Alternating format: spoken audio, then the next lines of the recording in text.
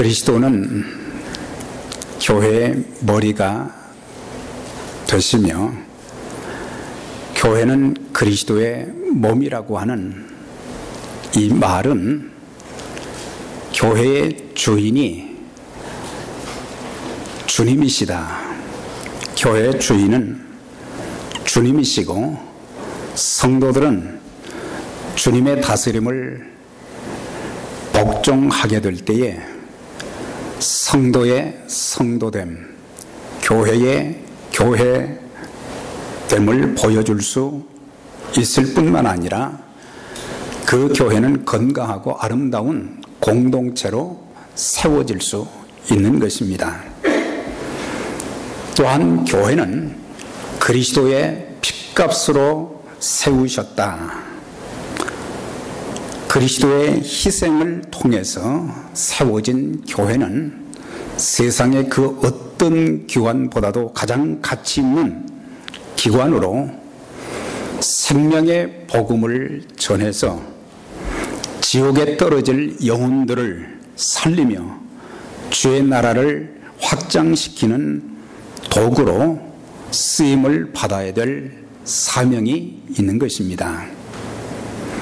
또한 교회는 개교회로만 끝나는 것이 아니고 피부와 인종을 초월해서 모든 열방의 믿는 자들이 그리스도 안에서 한 몸을 이루어서 연합해서 또한 땅끝까지 복음의 기쁜 소식을 전해서 세계 선교에 이바지해야 될 그 사명이 교회 안에 있다는 것을 가르쳐 주고 있습니다. 사도행전 2장에는 성령의 강림하심과 또한 처음 교회, 예루살렘 교회가 어떻게 탄생되었는지 그걸 또 가르쳐 주며 더 나아가서는 처음에 세워진 교회가 아름다운 모습으로 세워져 가는 좋은 본보기가 된 내용들이 기록되어 있는 것을 보게 됩니다. 그래서 처음 교회인 예루살렘 교회는 4가지의 힘을 썼다 그랬어요. 사도의 가르침을 받기를, 하나님 말씀을 공부하고 또 가르치는 그런 일에 힘을 썼고, 또한 그 교회는 성도들과 한 몸을 이루어서 서로 아름다운 친교, 교제가 있었다고 하는 것입니다. 그래서 성도들이 모여서 예배도 드리지만은 아름다운 친교를 통해서 서로 격려하고 세워주고 또 낙심되고 이제 또 실족된 그런 사람들을 붙들어 세워주고, 그래서 아름다운 친교를 통해서 그리스도의 사랑과 은총, 그리스도 안에서 한 가족이 된 것이 얼마나 복된 것인가를 같이 나누는 일에 힘을 썼다고 그랬어요. 또 하나는 그들이 기도하기를 힘썼다 그랬어요. 모든 사역들이 중요하지만 기도의 사역은 하나님과 나와의 아름다운 교통을 이룰 뿐만 아니라 또한 기도를 통해서 성령의 충만함과 능력을 힘입어서 악한 마귀를 대적하고 세상에 험한 세상을 살아갈 때에 거기에서 무릎 꿇지 않고 힘을 얻어서 우리에게 주신 모든 일을 잘 감당할 수 있는 그런 기회는 성도들이 기도할 때 있었고 또 기도할 때 하나님의 역사들이 막 일어났던 것을 볼 수가 있습니다. 또 한 가지 힘쓴 것이 오늘 말씀 보니까 저희들이 모이기에 힘을 썼다 그랬어요. 모이는 일에 힘을 썼다. 그럼 초대교회 성도들이 모여서 뭘 했겠는가? 거기에는 이미 말씀드린 그런 말씀을 배우는 일, 성도들끼리 교제하는 일, 또 모여서 기도하는 일, 있지만은 가장 중요한 게 뭐겠어요? 예배를 드리기 위해서 모였다는 사실이에요. 오늘날처럼 이렇게 아름다운 크고 좋은 건물은 없었지만 그들은 소수의 무리들이 이곳저곳에서 모여서 하나님께 찬양하며 예배하기 위해서 그들은 모이기에 힘썼다 그랬어요. 주님이 얼마나 좋았으면, 주님이 너무너무 좋은 거예요. 교회가 너무너무 좋은 거예요. 우리는 그 축복을 사실 누리지 못하고 살 때가 많습니다. 교회를 통해서 복음이 전해지고, 교회를 통해서 구원받는 사람들이 늘어나고, 교회를 통해서 삶의 능력을 얻게 되어지고, 그래서 교회의 역할이 너무너무 참 다양한데 최고의 영광을 예배를 통해서 드렸던 것을 보게 되는 것입니다. 이 국악성가에 이런 가사들이 있어요. 여러분들이 아시지만 예수님이 좋은 걸 어떡합니까? 그랬어요. 예수님이 좋은 걸 어떡합니까? 세상에 그 어떤 것도 비길 수 없네. 예수님이 좋은 걸 어떡합니까? 예수님이 좋아서, 교회가 좋아서, 예수님이 좋아지시고 또 에베네셀 교회가 좋아지시길 바랍니다. 나가고 싶지 않다, 그게 아니라 예수님이 그 안에 교회의 머리가 되신 그 주님이 너무너무 좋고, 또 주의 몸된 교회가 이 세상에 지구촌에 교회들이 수도 없이 많지만은 우리 교회가 아름다운 공동체가 되어져서 그 교회에 나가고 싶고 거기서 같이 예배를 드리고 싶고 말이죠. 그래서 주님이 좋고 교회가 좋기 때문에 그들은 모이는 일에 힘을 썼다는 것을 볼 수가 있어요. 하나님을 찬양하는 시간이 얼마나 아름다운 시간인지, 하나님을 찬양하는, 여러 교회의 여러 부서에서 또 여러 가지 일로 수고들을 많이 하지만은 하나님을 찬양하는 일에 쓰임받는 것은 큰 특권이고 축복입니다. 없으니까 자리를 메꾸는 것이 아니고 내가 하나님을 찬양할 수 있는, 그런데 오디션을 보는 것도 아니고 다 받아주고 말이죠. 찬양을 여기서 또 배울 수 있고 찬양할 수 있는 것이 얼마나 큰 특권이겠어요. 성도들과의 만남이, 교회를 섬기는 일들이 여러분들 고역이 아니라 즐거워지시길 바랍니다.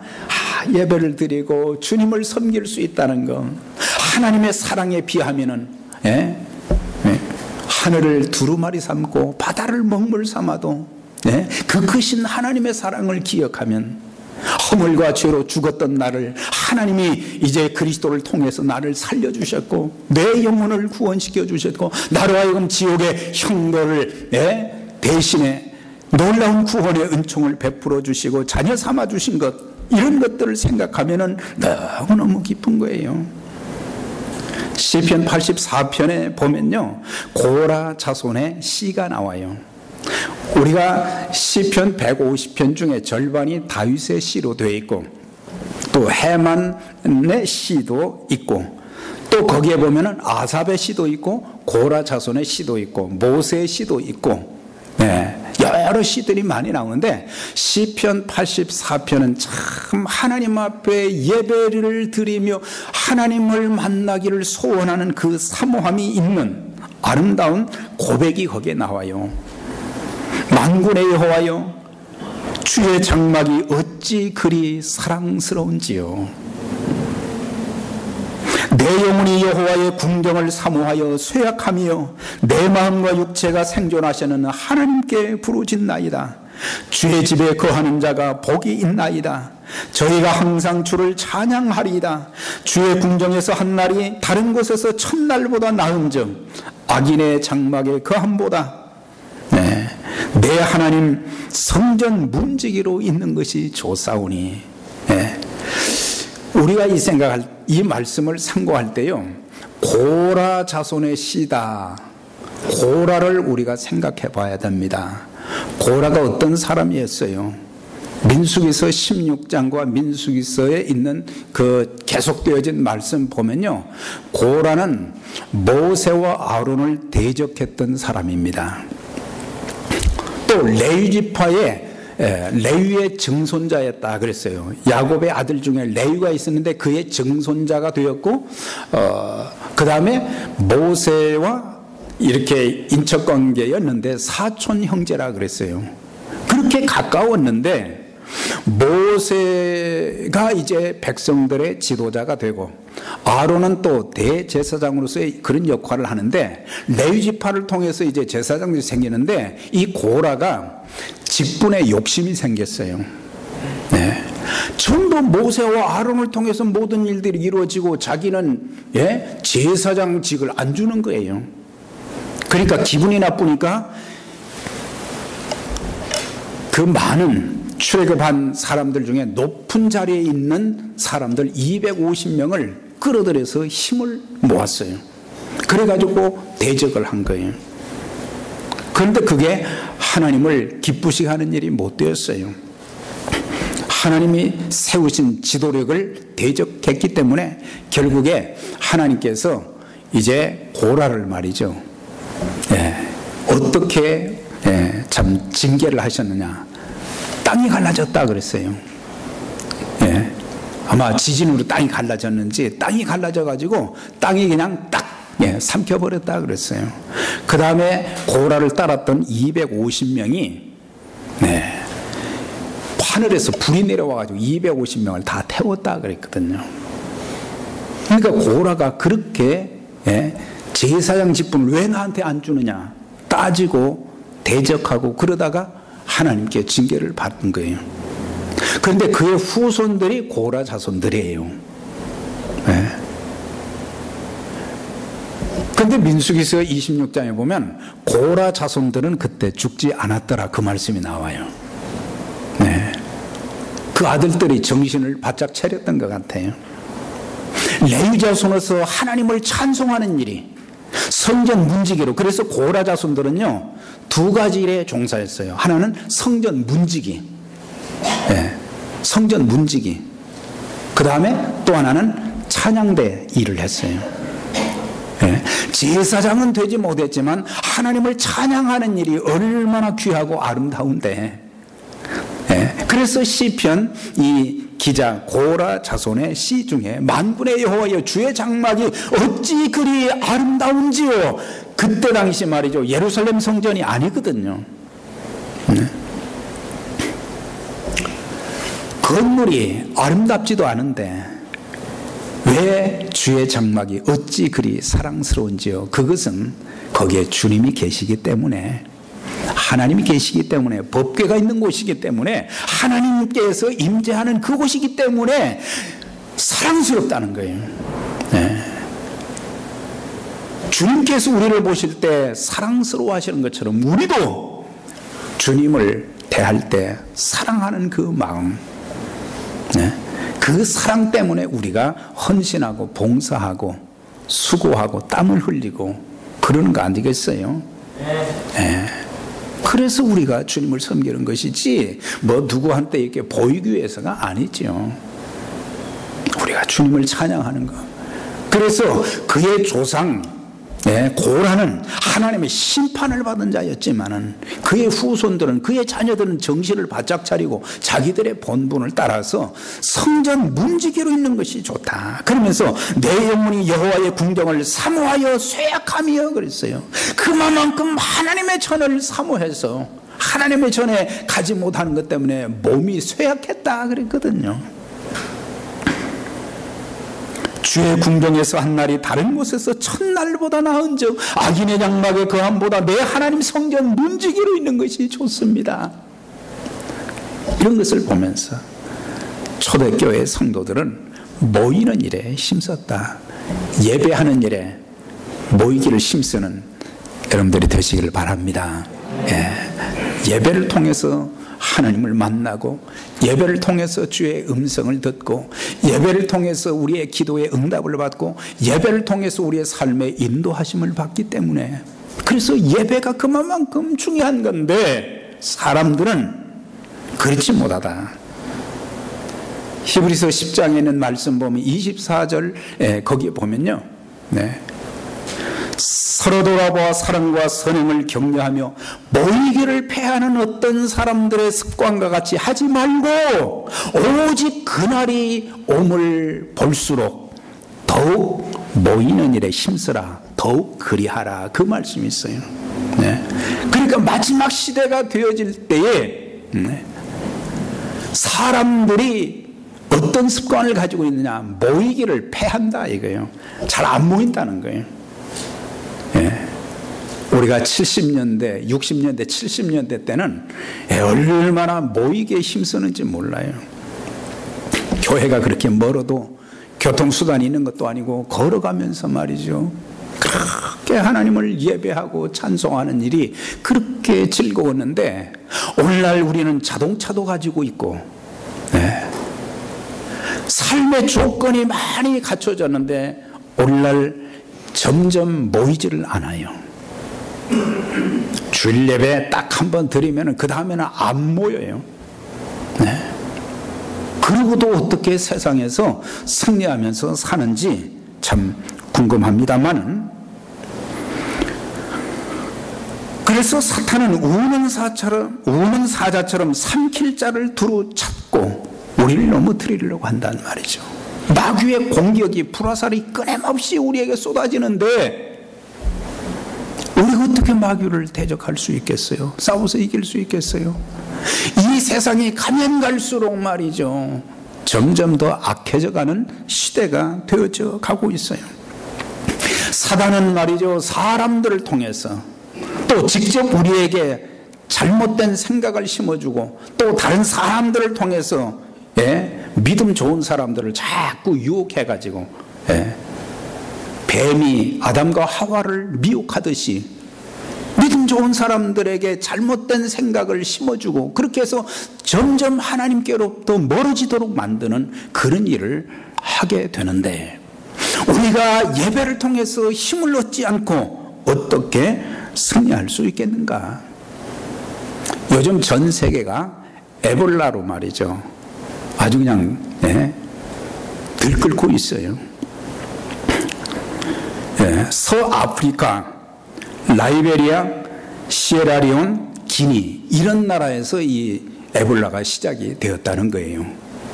그런데 그 증상을 보면 에볼라는 막 열이 그렇게 높고 고열이 생기고 혼수 상태에 빠지고, 그 바이러스에 감염되면은 고열의 혼수 상태가 되다가 결국에는 사망하게 되기 때문에, 그래서 미국에서 뭐 한두 명 지금 몇 명 죽었는데도 난리가 지금 났잖아요. 그래서 지난 3월부터 지금 그 10월까지 말이죠, 전 세계적으로는 700명 이상이 지금 에볼라로 사망했다는 거예요. 그러니까 이것은 바이러스로 인한 전염병이잖아요. 그러니까 손을 잡는 것도 그건 위험한 거예요. 서로 대화하는 것도 위험한 거예요. 격리시켜야 되는데 전염률이 그렇게 빠른 거예요. 왜 에볼라를 얘기했느냐? 그것도 조심해야 되지만 악한 마귀의 꾀는 뭐와 같으냐? 전염병과 같다는 거예요. 그러니까 어떤 사람들을 만나느냐에 따라서 악한 영향을 받을 수도 있고 선한 영향을 받을 수도 있다는 거예요. 부정적이고 항상 네거티브하고 항상 컴플레인이 많고 이런 사람들과 사귀다 보면 나도 모르게 그렇게 되는 거예요. 그렇다고 그 사람들을 사귀지 말라는 게 아니라 그때는 내가 그 사람들보다 더 긍정적이고 더 성령 충만하고, 그래서 그 사람들을 좋은 바이러스로 전염시켜서 그 사람 입에서 다시는 불평이 안 생기고 또한 부정적인 사람이 안 되도록 그렇게 만드는 책임은 있지만은 우리가 그래야지, 감염이 되면요 나도 죽고 다른 사람도 죽게 만드는 그런 일을 하는 거예요. 그래서 예배가 그렇게 중요한 거고, 예배를 통해서 성령의 충만함을 받고 은혜를 받은 사람들은 감격과 기쁨이 넘쳐서 사람들에게 선한 영향력을 끼치는 거예요. 네, 선한 영향력을 끼치는 거예요. 그래서 우리가 모여서 예배하며 기도하며 격려하며 주의 일에 힘쓰지 않으면 내 신앙도 못 지키고 또한 우리에게 주신 사명도 감당할 수 없는 거예요. 우리가 요한계시록 2장과 3장에 보면 7교회가 나옵니다. 그 초대교회 시대 7교회, 물론 그 당시에 교회가 더 많이 있었지만은 주님께서 대표적으로 7교회를 말씀하시면서 이 7교회를 진단을 하셨어요. 그래서 어떤 교회는 칭찬만 있는 교회에 있었어요. 책망을 받지 않았어요. 네, 서머나나 빌라델비아 같은 교회. 또 어떤 교회들은 칭찬할 것도 있지만 책망할 것도 있다 그랬어요. 그런데 그 중에 3장 1절부터 계속해서 보면 사대교회가 나옵니다. 사대교회는 칭찬할 만한 것이 하나도 없었다 그랬어요. 네. 이 교회는 네, 실상은 죽었다 그랬어요. 내가 내 행위를 아노니 내가 살았다 하는 이름은 가졌으나 실상은 죽은 자로다 그랬어요. 다시 말하면 예수의 생명이 없는 이름만 교회였다는 것이에요.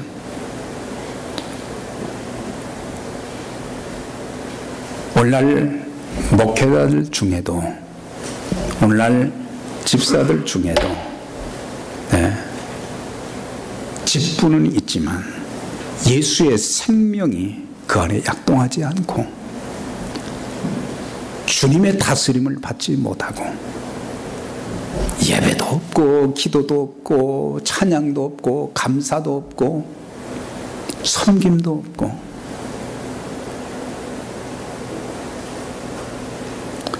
우리가 교회 나오면은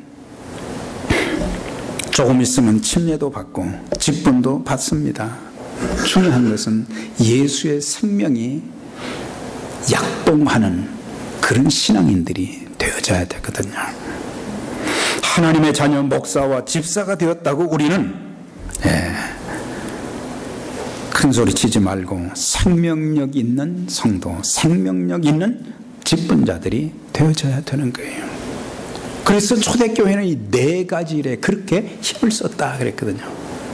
자, 그러면은 이 교회의 외적인 모습이 이제 오늘 봉독한 말씀에 나오는데, 거기에 보니까 사람마다 두려워했다 그랬어요. 그러니까 믿지 않는 사람들이 처음 세워진 예루살렘 교회 성도들을 보면서 공포심을 가졌다는 얘기가 아니에요. 두려워했다는 것은 존경심을 가졌다. 로마의 핍박이 많았어요. 예수를 믿으려면 생명을 걸어야 했어요. 심지어는 카타콤 지하묘지에 가서 그들이 숨어서 하나님께 예배를 드렸다고 그랬어요. 그래서 그때 당시만 해도 얼마나 예배가 소중한지 지하묘지에 가서도 예배를 드렸다. 생명을 걸고 그들은 예배를 드렸다 그랬어요. 이 사람들이 그럼에도 말이죠, 폭력을 사용하지 않고 하나님의 사람들답게 사는 모습을 보면서 안 믿는 사람들이 어떻게 저렇게 할 수 있을까? 존경심이 생겼다는 거예요. 충격을 받은 거예요. 나쁜 충격이 아니라 선한 충격을 받게 된 거예요.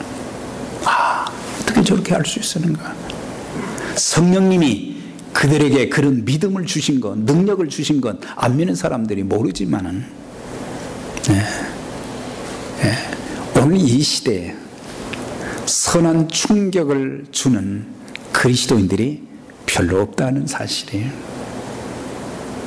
목사들에게서 신선한 충격을 받은 일들이 별로 보이지 않고, 직분자들을 통해서 그런 신선한 충격을 받을 일들이 없고 오히려 멸시하고 무시하고 조롱하는 그런 모습들이 우리들에게 많이 있게 되는데 그 교회 성도들은 존경심, 신선한 충격을 주는, 그래서 예수님을 믿으면, 신앙생활을 하면, 하나님의 말씀대로 살면 이런 일이 생긴다는 것을 그들의 삶을 통해서 보여주었는데, 그러면서 기적이 일어났어요. 사도들로 인하여 기사와 표적이 많이 일어나니 그랬어요. 여기에서 두 가지가 일어났어요. 기사와 표적이라고 그러면은 어떤 그냥 물로 포도주를 만든 그런 현상적인 그것만을 가리키는 것이 아니고, 첫째는 인간 변화였어요. 예수 믿은 사람들이 모여서 이제 예배를 드리고 찬양하고 기도하고 그런 것도 있지만은, 이 사람들이 예배를 드리면서 기도하면서 그들이 함께 모여 교제하면서 하나님 말씀을 통해서 사람들이 바꾸어지기 시작한 거예요. 중요한 것은 예수 믿은 자들에게 신분의 변화는 있지만 심령과 삶의 변화가 별로 없다는 거예요. 여러분들은 얼마나 변화가 되셨어요? 예수 믿고 직분을 가지고 오랫동안 예배를 드렸음에도 불구하고 우리가 세상에 나가서는 저 사람이 예수 믿는 사람인가? 변화가 있어야 되거든요. 집에 가서도 가족들한테 대하는 그런 모습들이 예수 믿는 자의 그런 모습이 보여지는가 이 말이에요. 죄인이 의인으로 바뀌어졌을 뿐만 아니라 옛날에 좋아했던 잘못된 습관들을 버리고 성경의 지침에 따라서 하나씩 그들은 바꾸어 나간 거예요. 인간 변화가 있게 됐어요. 거친 말을 잘하던 사람들이 이제는 부드러운 말씨로 바뀌어지고, 얼굴에 미소나 웃음이 없던 사람들이 예수님 때문에 주님이 주시는 은혜가 넘쳐서 얼굴 모습이 달라지고, 그 사람들이 말이죠, 예수 믿으면 얼굴에 이 도끼가 빠져나가야 돼요. 제가 말씀드렸죠. 거울이 좀 있었으면 좋겠다고 그러잖아요. 우리의 얼굴 모습을 보면서 안 믿는 사람들과 별로 다를 것 없이 화장만 할 뿐이지 그것만 똑같이 우리에게 말이죠, 달라진 모습, 또한 가족들을 위해서 희생하는 것, 교회 일에도 무관심했던 사람들이 주님을 알고 나니까, 주의 말씀을 알고 나니까 성령 충만함을 받고, 그러다 보니까 교회 일에도 관심을 갖는 거예요. 전에는 교회와 나와는 아무 상관이 없는 걸로, 그냥 교회 오면 되는 걸로 그렇게 알고 와주는 것만 해도 고맙게 생각해야지, 그게 아니라 주의 몸된 교회에 내가 어떻게 나를 통해서 주님의 일이 이루어질까, 교회에 관심을 갖는 거예요. 어떤 부분이 좀 약한가, 그래서 내게 있는 것으로, 은사를 가진 사람은 은사로, 재능을 가진 사람은 재능으로, 그거 숨겨두지 말고, 또 물질이 좀 다른 사람보다 더 이제 있는 사람은 물질로도 섬기고, 다양한 자기의 주어진 그런 상황 속에서 교회에 관심을 갖고 어떻게 하면 우리 교회가 아름다운 교회로 세워질 수 있을까? 이게 변화예요, 변화. 술도 담배도 도박도 마약도 끊고 그 돈으로 영혼을 살리는 일에 쓰임받는 거예요. 얼마 전에 신문에 대문짝만하게 났는데, 술독에 빠진 한국, 큰 타이틀에 술독에 빠진 한국, 151개국 중에 두 번째로 술을 많이 마시는 거예요. OECD 경제협력개발기구 30개국이 있잖아요. 거기에서는 1등. 그래서 술을 마심으로 인해서 파생되어지는 사고나 여러 가지 일들로 인해서 1년에 한국에서 17조 원이 소비가 된다는 거예요. 엄청난 거예요. 그 다음에 OECD 국가 중 자살률과 흡연율이 또 1위예요. 자살률, 담배 피우는 거, 흡연율, 흡연율이 1위라는 거예요. 그래서 한국이 전 세계적으로 볼 때 폐암 사망률이 1위랍니다. 그러니까 굴뚝이에요, 굴뚝. 그러니까 담배값으로, 술값으로 1년에, 그러니까 한국 사람들 평균 말이죠, 이 맥주, 소주 이런 것들이 수백 병이 되더라고. 그러니까 안 마시는 사람들까지 다 합해가지고 통계를 냈으니까 얼마나 마셔야 되는지. 어떤 사람은 말이죠, 사성장군이 술 마시고 말이죠, 비틀비틀 하다가 그냥 그거 끝났잖아요. 술. 그 다음에 도박도 으뜸 가는 나라예요. 도박도. 전에 TV에 한번 나왔었는데 임영규라고 탤런트가 있어요. 이 사람은 자기 아버지가 부자였답니다. 그래가지고 삼성의 이병철 회장한테 돈을 구워줄 정도로 그렇게 부자였대요. 근데 이분이 이제 돌아가시고 재산을 환원하고 이제 그런 다음에 이 아들한테 165억 원의 건물을 이제 유산으로 준 거예요. 그런데 이 친구가 그걸 가지고 어디로 가느냐? 라스베가스로 갔어요. 그러니까 1650만 불이에요, 이게. 그걸 가지고 가서 한 번 베팅하는데 40만 불씩, 50만 불씩 베팅을 했다는 거예요. 근데 그 정도 되면 좀 한 번이라도 걸려야 되는데 이 사람이 TV에 나와서 한 번도 안 걸렸다는 거예요. 도박으로 1650만 불을 날렸으니 얼마나 무가치하게 자기 아버지가 이룬 그것을 말이죠, 그렇게 다 탕진을 하고 말이죠. 1650만 불 중에 800만 불이라도 하나님 앞에 드렸다면 얼마나 그게 기쁜 일이겠어요. 술, 담배, 도박으로 날린 돈 한번 계산을 해보세요. 그거 가지면 부자 됐을 거예요. 정신 차려야 되거든요. 우리가 성령 받았다고 하면서 좀 바꿔줘야 되잖아요. 방언, 예언, 병 고침, 문제 해결 등 놀라운 역사도 일어나기 시작한 거예요. 초대교회는 아름다운 건물도 조직도 없었어요. 단 하나의 무기는 성령이었어요. 성령 충만함을 받고 나니까 거기서 막 하나님의 역사들이 막 일어나기 시작한 거예요. 어떤 사람들이요? 나면서 안전뱅이 된 자가, 나면서 안전뱅이로 얼마나 고통을 당했어요.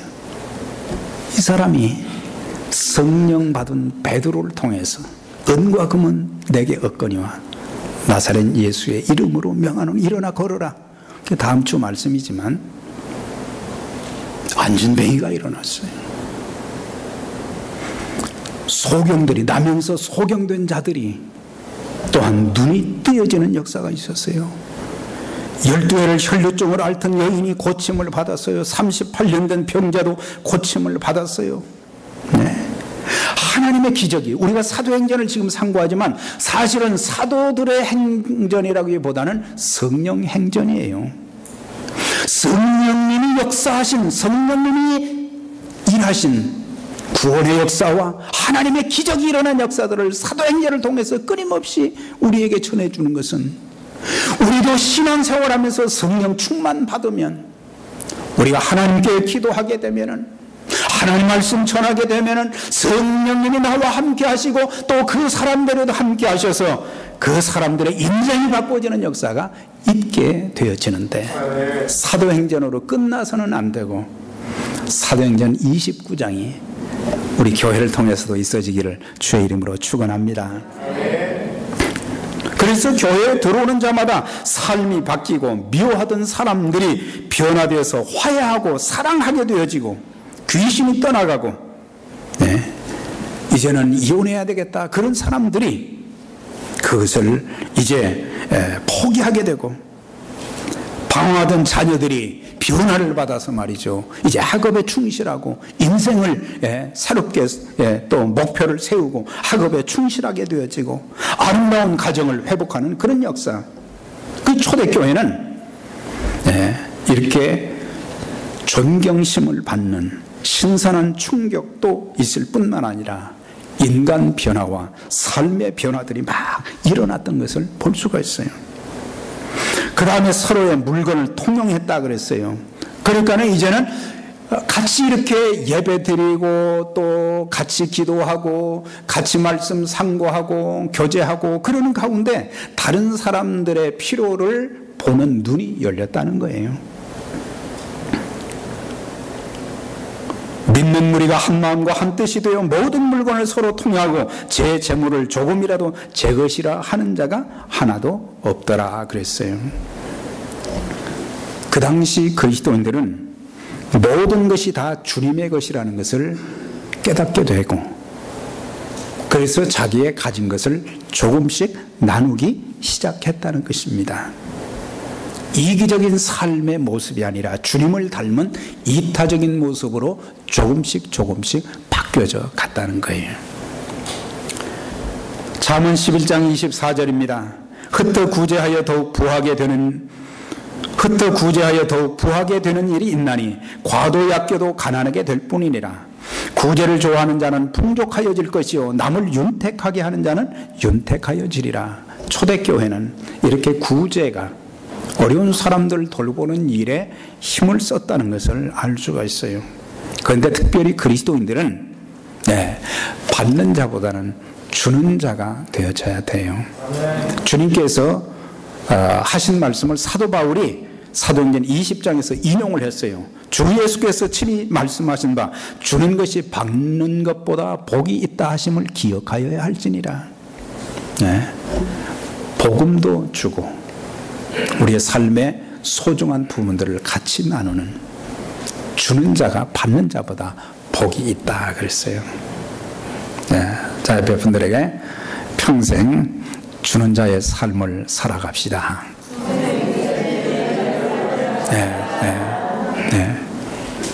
받는 것도 어떤 때는 뭐 한두 번 받으면 좋은데 그게 습관이 되면 안 되거든요. 이제는 하나님 주는 자가 되게 해 주옵소서. 주는 자의 삶을 살게 해 주옵소서. 주라 그리하면 너희에게 줄 것이니 후일에어 누르고 흔들어 넘치도록 하여 너희에게 안겨주리라. 주님 그렇게 말씀하셨어요. 자, 그러면서 이렇게 교회가 아름다운 모습으로 세워지는데 사람들에게 칭찬받는 교회가 되었다. 칭송받았다 그랬어요. 온 백성에게 칭송을 받으니 예수 믿는 사람들이 안 믿는 사람들에게 칭찬받는 일이 별로 없어요. 9가지 잘하고 1가지 잘못하면 9가지 그냥 저리 가라 할 정도로 욕을 많이 먹어요. 그런데 초대교회는 온 백성에게 칭송을 받았다 그랬어요. 우리가 나 때문에 예수의 이름이 먹칠돼서는 안 돼요. 나 때문에 교회의 이름이 먹칠을 해서도 안 돼요. 나 때문에 교회 이름이 빛나고 주님의 이름이 참 칭송받기를 주의 이름으로 축원합니다. 그래서 우리는 책임 있는 신앙생활을 해야 되고 책임 있는 교회 생활을 해야 돼요. 나로 인해서 혹시 교회 누가 되면 안 되고 나로 인해서 주님의 영광이 가려우면 안 되고 그러면서 이제 우리에게 말씀해 주는 내용 중에 우리는 믿는 자로서 가정에서도 직장에서도 세상 어디에서든지 칭찬받는 자들이 되어야 된다. 그래서 직장에 가서도 칭찬받아요. 예수 믿는 사람이 왜 저래?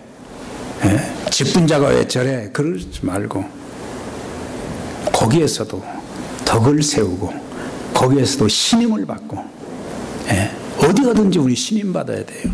저 사람 못 믿을 사람이야 이러면 안 되거든요. 지역사회에 덕을 끼치는 그런 교회가 되어졌어요.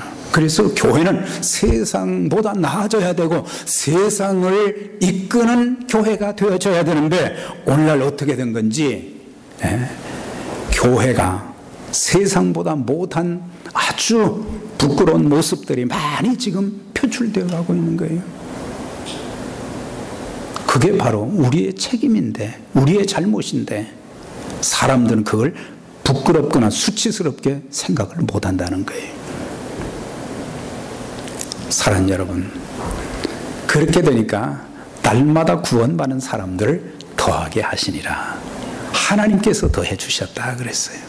네. 그러니까 하나님의 축복을 받을 만한, 하나님의 교회가 아름답게 세워질 만하니까 하나님께서 자꾸 사람도 더하시고 그러셨다.